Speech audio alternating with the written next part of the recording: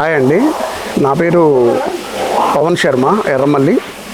మాది వచ్చేసి గుంటూరు జిల్లా ఎడ్లపాడు మండలం ఎడ్లపాడు గ్రామం అండి. నేను ఎంబీఏ ఎల్ఎల్బి చేశాను. యాక్చువల్లీ ఎంబీఏ కంప్లీట్ అయిన తర్వాత నాకు వేరే ఫ్రెండ్ సజెషన్ ద్వారా నేను ఈ డైరీ ఫీల్డ్లోకి రావడం జరిగింది. అప్పటికి నాకు అసలు డైరీ గురించి ఏమాత్రం అవగాహన లేదు. అసలు ఎండుగడ్డి పచ్చిగడ్డి అనేది రెండు రకాలు ఉంటాయి. మనం ఇట్లా యానిమల్స్, ఇన్ని బ్రీడ్స్, ఏ సబ్జెక్టు నాకు తెలియదు. జీరో నాలెడ్జ్తో ఈ ఫీల్డ్లోకి వచ్చాను. వచ్చిన తర్వాత మెల్లమెల్లగా ఒక 5 యానిమల్స్ తోటి నేను స్టార్ట్ చేశాను. 5 యానిమల్స్తో స్టార్ట్ చేసి మెల్లమెల్లగా పెంచుకుంటూ గ్రౌండ్ లెవెల్ రియాలిటీస్ అన్నీ తెలుసుకుంటూ నేను డైరీ ఫీల్డ్లో చేసుకుంటూ వచ్చాను. తర్వాత ఏం చేశానంటే నేను మెల్లగా ట్రేడింగ్ స్టార్ట్ చేశాను. అందరూ కూడా యానిమల్స్ వెళ్ళి బయట కొనడం, అమ్మడం లాంటివి చేస్తున్నారు. ప్రజెంట్ మన సంతల్లో కూడా మనం చూస్తున్నాం. దాన్నే కొంచెం నెక్స్ట్ లెవెల్లో అదర్ స్టేట్స్కి వెళ్ళి తీసుకొస్తున్నారు. క్వాలిటీ యానిమల్స్ తీసుకొచ్చుకుంటున్నారు. కాబట్టి ఓకే, మనం అదెందుకు చేయకూడదు అని చెప్పేసి నేను దానిలో లోతుగా కొంచెం వర్క్ చేయడం జరిగింది. సో నాకున్న ఫ్రెండ్ సర్కిల్లో కానీ డాక్టర్స్ కానీ వాళ్ళు నాకు ఇచ్చిన సజెషన్స్ ద్వారా కొంత నాలెడ్జ్ గెయిన్ చేయడం జరిగింది. ఈ బ్రీడ్స్ ఏంటి, ఈ హై యీల్డింగ్ యానిమల్స్ ఏంటి, వాట్ అనేది. సో దాని మీద నేను కొన్ని సంవత్సరాల పాటు వర్క్ చేసి కంప్లీట్గా ప్రాజెక్ట్ రిపోర్ట్స్ రెడీ చేయడం, ప్రాజెక్ట్స్ ద్వారా సక్సెస్ఫుల్గా మనం డైరీ ఫార్మింగ్ ఎలా చేయాలి ఏంటి అనేది దాని మీద వర్క్ చేశాను. అలాగే హై యీల్డింగ్ యానిమల్స్ని మనం హర్యానా నుంచి తీసుకొచ్చుకొని ఏ బ్రీడ్ యానిమల్స్ అయితే మనకి డైరీకి ఇక్కడ ఉన్న వాతావరణ పరిస్థితులకి అనుకూలంగా ఉంటాయి ఏంటి అనేది కూడా కంప్లీట్ మనం వర్క్ మేనేజ్మెంట్ ఎలా చేసుకోవాలి, ఫీడ్ మేనేజ్మెంట్ ఎలా చేసుకోవాలి, మెడికల్ మేనేజ్మెంట్ ఏంటి, కంప్లీట్గా అవుట్ అండ్ అవుట్ మనం ఒక కొత్త డైరీ ఫార్మర్ నాలాగా జీరో నాలెడ్జ్తో దీంట్లోకి ఎంటర్ అయిన ప్రతి ఒక్కళ్ళకి కూడా ఏ విషయాలైతే హెల్ప్ అవుతాయో ఆ విషయాల మీద నేను పూర్తిగా గ్రౌండ్ వర్క్ చేసి వాళ్ళకి హెల్ప్గా ఉండేలాగా ఒక సక్సెస్ఫుల్ డైరీ ఫార్మర్గా నిలబడేదానికి ఏవైతే అవసరమో అది నేను ప్రజెంట్ మార్కెట్లో ఉన్న ప్రతి డైరీ ఫార్మర్కి నేను అందుబాటులోకి తీసుకొస్తున్నాను. రూరల్లో వచ్చేసి ప్రధానంగా మనం హర్యానా నుంచి, పంజాబ్ నుంచి దిగుమతి చేసుకునే యానిమల్స్లో ఎన్ని జాగ్రత్తలు తీసుకున్నప్పటికీ ట్రాన్స్పోర్టేషన్లో కొంత ఇబ్బంది అయితే జరుగుతుంది.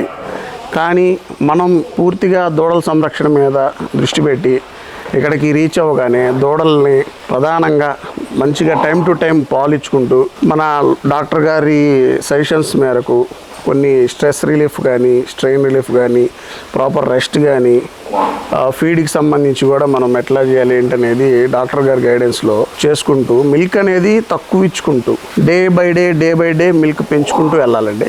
ఎందుకంటే ఒక వారం రోజులు అవి స్ట్రెయిన్ అయ్యి వస్తాయి, ట్రాన్స్పోర్ట్లో వస్తాయి. మనం రావడంతో ఇక్కడ వాతావరణానికి అనుకూలంగా మారాలన్నా కానీ పెద్ద యానిమల్స్లో అయితే వాటర్ తక్కువ ఇచ్చుకుంటూ ఇక్కడ వాతావరణానికి సెట్ అయ్యేలాగా చేసుకోవాలి. దూడల్లో అయితే ప్రజెంట్ రాగానే దానికి మిల్క్ ఏదైతే ఉందో దాన్ని ఎక్కువగా ఇచ్చుకోకుండా కొద్దిగా ఇచ్చుకుంటూ మెడికల్ మేనేజ్మెంట్లో మనం ప్రాపర్ కేర్ తీసుకుంటూ దూడని నిలబెట్టుకోవాలండి. దూడ నిలబెట్టుకున్న తర్వాత దాంట్లో నుడిపురుగుల సమస్య కానీ, పారుడి సమస్య కానీ ఏదైనా ఉందేమో చెక్ చేసుకుంటూ ప్రాపర్ చెకింగేనండి. Everyday checkup. దూడ అనేది మనకి నిలబడాలి, దూడ అనేది ఒక పశువుగా మారాలి అంటే యజమాని తీసుకోవాల్సింది ఎవ్రీడే చెకప్. దాన్ని జాగ్రత్తగా చూసుకోవాలి. దానికి మెడికల్గా ఏదైనా అవసరమా ఏంటి, లేదా డాక్టర్ గారిని ఒకరిని పెట్టుకొని డాక్టర్ గారి సజెషన్స్ తీసుకొని మెడికల్గా మనం చూసుకోవాలి. At the same time feed కూడా దానికి తగ్గట్టుగా పెంచుకుంటూ రావాలి. కంప్లీట్గా డైరీ డెవలప్మెంట్ అనేది మనకి గేదెల నుంచి వచ్చిన ఈ దూడలు ఏవైతే ఉన్నాయో ఆ దూడని మనం పెంచుకుంటే మాత్రమే మనం సక్సెస్ఫుల్గా డైరీ ఫామ్ నిలబడుతుంది. అంటే డైరీ ఫామ్లో వేరే 4 రకాలుగా మనం కేటగిరీ వైజ్గా చేయొచ్చు. కానీ మ్యాక్సిమం డైరీ ఫామ్ అనేది సక్సెస్ఫుల్గా మారాలి అంటే ఒక కాఫ్ అనేది మాత్రం 100% ఆరోగ్యంగా ఉండాలి. అది ఆరోగ్యంగా ఉన్నప్పుడే మనకి యానిమల్ మనకి మిల్క్ టైంలో ఇది ఉంటుంది. అట్ ది సేమ్ టైము మనకి సరైన టైంలో కాఫ్ అనేది మనకి బఫ్లో లాగా కన్వర్ట్ చేసుకోగలిగితే ఆ 24 నెలల నుంచి 30 నెలల్లో దాన్ని ఒక మంచి పాడి పశువుగా తయారు చేసుకున్నప్పుడే యానిమల్ని ఈరోజు తొలి చూలు దాన్ని కూడా 1,00,000 నుంచి 1,20,000 అమ్ముకోగలుగుతున్నారు. సో అలాగా 10 దూడల్ని కనుక మనం పశువులుగా మార్చుకోగలిగితే ఇది సక్సెస్ఫుల్ ఫార్ములా. సో దాని మీద అందరూ కాన్సన్ట్రేట్ చేయాల్సిన అవసరం అయితే చాలా ఉంది. అయితే ప్రజెంట్ మన దగ్గర ఉన్న 50 యానిమల్స్లోకి దూడలు ఏవైతే ఉన్నాయో వాటన్నిటిని ఇట్లా సపరేట్గా షెడ్ వేసి వాటికి ఫ్రీగా మనకి తిరిగేలాగా ఓపెన్గా వదిలేసాం అనమాట. అప్పుడు ఏంటంటే ఫ్రీగా అవి అటు ఇటు తిరుగుతూ ఉంటాయి, దానికి కావాల్సినప్పుడు వాటర్ తీసుకుంటే, దానికి కావాల్సినప్పుడు ఫీడ్ తింటాయి. సో ఇలా మనం వదిలేయడం అనేది దూడల్లో కాస్త వాటి ఎదుగుదలకే ఉపయోగపడుతుంది 100%. అట్ ది సేమ్ టైం ప్రతిరోజు మనము దాన్ని చెక్ చేసుకుంటూ ఉండాలి. దానికి పేడ ఏమైనా గట్టిగా వేస్తుందా లేదా, తెల్లపాడు ఏమైనా వచ్చిందా, నులు పురుగులు ఏమైనా ఉన్నాయా, కడుపులో ఉబ్బరంగా ఉందా, ఇవన్నీ కూడా ప్రాపర్గా చెక్ చేసుకోవాలి. ముందుగా దూడ పుట్టిన వెంటనే సఫిషియెంట్గా వాటికి ముర్రపాలు అనేది అందించాలి. ఫస్ట్ 4 పూటలు మాత్రం కంపల్సరీగా దానికి సఫిషియెంట్గా తాగనిచ్చిన తర్వాతనే మనకి తీసుకోవాలి. కానీ ఈ రోజున్న కమర్షియల్ మార్కెట్లో దూడకి ముర్రపాలు అందించకుండా మొత్తం వాళ్ళు పిండుకొని ఏదో చివరిలో దానికి ఇవ్వడం అనేది జరుగుతుంది. కానీ అలా కాకుండా సఫిషియెంట్గా దూడను తాగనివ్వాలి. అది ఆరోగ్యంగా ఉంటే మాత్రమే మనకి యానిమల్ అనేది సహకరిస్తుంది డైరీ ఫామ్లో. ప్రతి డైరీ ఫార్మరు దీని మీద అవగాహన పెంచుకోవాలి. పూర్తిగా కమర్షియల్గా కాకుండా దూడని 100% బతకడానికి దానికి కావాల్సిన ముర్రపాలు మనం అందించాలి. అట్ ది సేమ్ టైం 10వ రోజున మనం నట్ల మందు అనేది కంపల్సరీగా ఇవ్వాలి. తర్వాత నెల రోజులకి ఇచ్చుకోవాలి. ఇట్లా దూడ అనేది ముందు మనం ఫస్ట్ 3 నెలలు చాలా కేర్ఫుల్గా చూసుకొని మెడికల్ మేనేజ్మెంట్లో ఈ పాలు ఇవ్వడంలో మాత్రం టైం టు టైం చూసుకుంటే, ప్రాపర్ ఫాలోఅప్ కేరు ఉంటే అదే దూడ రేపొద్దున మీకు పాడి పశువుగా మారి డైరీ ఫామ్ని నిలబెడుతుంది. వర్షాకాలంలో ఎక్కువగా దూడల్లో ఈ దోమలు కొట్టడం, గుడ్డీగలు కొట్టడం ఇట్లాంటివి ఉంటాయి. దూడల్లో వాటిని తట్టుకునే సామర్థ్యం చాలా తక్కువ ఉంటుంది కాబట్టి మనం ప్రాపర్ నెట్లు అనేది కవర్ చేసేయాలి. వర్షాకాలంలో ఈ దోమల సమస్య, ఈ గుడ్డీగల సమస్య ఎక్కువగా ఉంటాయి కాబట్టి ఖచ్చితంగా వాటికి మనం ప్రాపర్ కేర్ అనేది తీసుకోవాలి. ఒకవేళ ఏదన్నా దూడ నలతగా ఉన్నట్టు కనుక మనం గమనిస్తే వెంటనే డాక్టర్ గారి సలహా మేరకు కావాల్సిన మెడిసిన్ వాడుకొని దూడని నిలబెట్టుకోవాలి. చలికాలంలో వచ్చేసి సీజనల్గా మనకి ఈ కాళ్ళు వాపులు లాంటివి, కళ్ళు ఎరుపు లాంటివి ఇట్లాంటి సీజనల్ వ్యాధులు అటాక్ అవుతూ ఉంటాయి. వాటిని మాత్రం ముందే గుర్తించి వాటిని ఇంకా ఎక్కువ ఇది కాకుండా చూసుకొని, సీరియస్ అయిన దాకా చూసుకోకుండా ముందుగానే వాటిని కనిపెట్టి మనం ప్రతిరోజు కనుక చెకప్ చేసుకుంటే దానికి వచ్చే చిన్న చిన్న ఇన్ఫెక్షన్లు ఏవైనా ఉన్నా కానీ సీజనల్గా మనం ముందే కనిపెట్టి వాటికి ప్రాపర్ మెడికేషన్ ఇవ్వడం ద్వారా దూడల్ని మనం రక్షించుకోవచ్చు. అలాగే ఎండాకాలంలో వచ్చేసి వాటికి హీట్ ఓవర్గా జనరేట్ అవ్వడం వల్ల పూర్తిగా హెయిర్ లాస్ అవ్వడం వల్ల ర్యాషెస్ లాంటివి వస్తాయి. అట్ ది సేమ్ టైము బయట ఎక్కువ హీట్ ఉండడం వల్ల ఈ దూడలు అనేది ఎక్కువగా రొప్పడము, వాటర్ ఎక్కువగా సఫిషియెంట్గా మనం అందజేయాలి. పూర్తిగా మనం ఇట్లా బయట తిరుగుతున్నప్పుడు కంప్లీట్గా ఒక సైడ్ మనం వాటర్ అనేది వాటికి అవైలబిలిటీ ఉంచాలి. సమ్మర్ అయినప్పుడు స్ప్రింక్లర్స్ ద్వారా కానీ లేదా రోజుకి 3 సార్లు మనం తడపడం ద్వారా కూడా ఆ 2-3 నెలలు మనం దూడలను సంరక్షించుకోవచ్చు.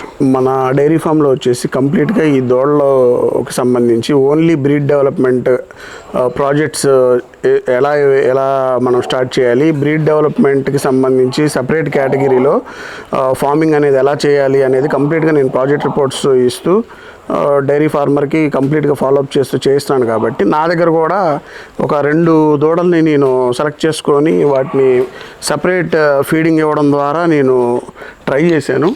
ఇది వచ్చేసి మనకి 8 మంత్స్ కాఫ్ అండి. 8 మంత్స్ కాఫ్ వచ్చేసి సపరేట్గా దాని మీద మనం సపరేట్ ఫీడింగు, సపరేట్ మెడికేషను, కంప్లీట్గా పాలు కూడా మనం సఫిషియెంట్గా పూటకి లీటర్ తగ్గకుండా చేస్తే అది దాని గ్రోత్ చూశారు కదా మరి 8 మంత్స్కి అలా ఉంది. ఇవన్నీ కూడా దాదాపుగా అటు ఇటుగా ఒక 1 మంత్ సేమ్ ఏజ్ గ్రూపే, కానీ అదొకటే డిఫరెన్స్ మీకు కనబడుతూ ఉంది. 8 మంత్స్లో అది కంప్లీట్గా compare to other calves 6 months నుంచి 8 మంత్స్ ముందే అది హీట్కి వస్తుంది. ఒక సాధారణ తొలిచూరు గేదె 3 సంవత్సరాలకి ఎదకైతే ఇది కంప్లీట్గా 2 ఇయర్స్ దాటగానే మనకి ఎదకొచ్చేస్తుంది. 24 to 26 మంత్స్కి మనకి ఎదకొచ్చేస్తుంది. మనకు వచ్చేసి ఏజ్ అనేది ఫ్యాక్టర్ కాదండి.